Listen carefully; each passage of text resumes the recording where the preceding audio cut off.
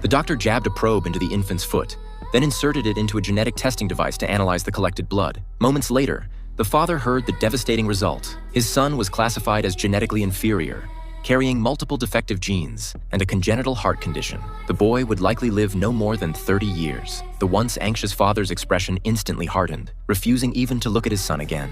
Only the mother's eyes remained full of hope, but reality proved cruel. By the time Carter turned, because his fiancée died at this man's hands. Earlier that day, after finishing work, the killer had spotted a woman with a flat tire. He approached, offering help, but she refused. Noticing they were alone, he calmly walked back to his van. In the darkness, the woman trembled as she turned on her car lights. Suddenly, the killer began smashing her window with a metal pipe. Seeing the glass shatter, she scrambled to the passenger side to escape, forgetting she'd parked against a fence, the wire barrier cutting off any chance of survival. The killer climbed into the car and subdued her. As she screamed, his eyes fixed on the pipe in his hand. He then dragged her unconscious body back to his garden.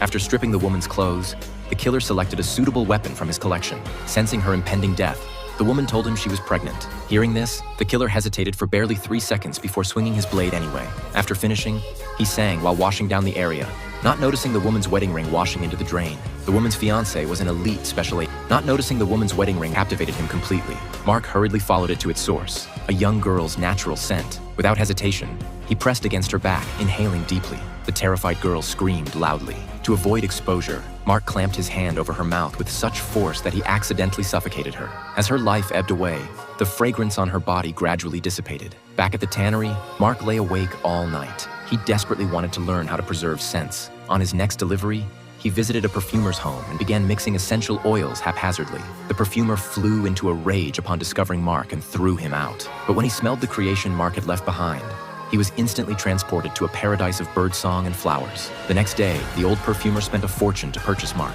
From then on, Mark helped him create perfumes, making the old man wealthy, while the perfumer taught Mark how to preserve floral scents, using a distillation apparatus to extract essential oils from roses. To the perfumer's horror, Mark tried to place a dead cat into the distillation device. When nothing was extracted, the old man berated him, explaining that animal bodies couldn't yield fragrances. Hearing this, Mark's belief system collapsed. He fainted on the spot and took to his bed, with even doctors unable to help him. On his deathbed, Mark recalled the young girl's scent. In a final question to the old perfumer, he asked if there was any way to preserve a young woman's fragrance. The perfumer mentioned that a certain fat method might work.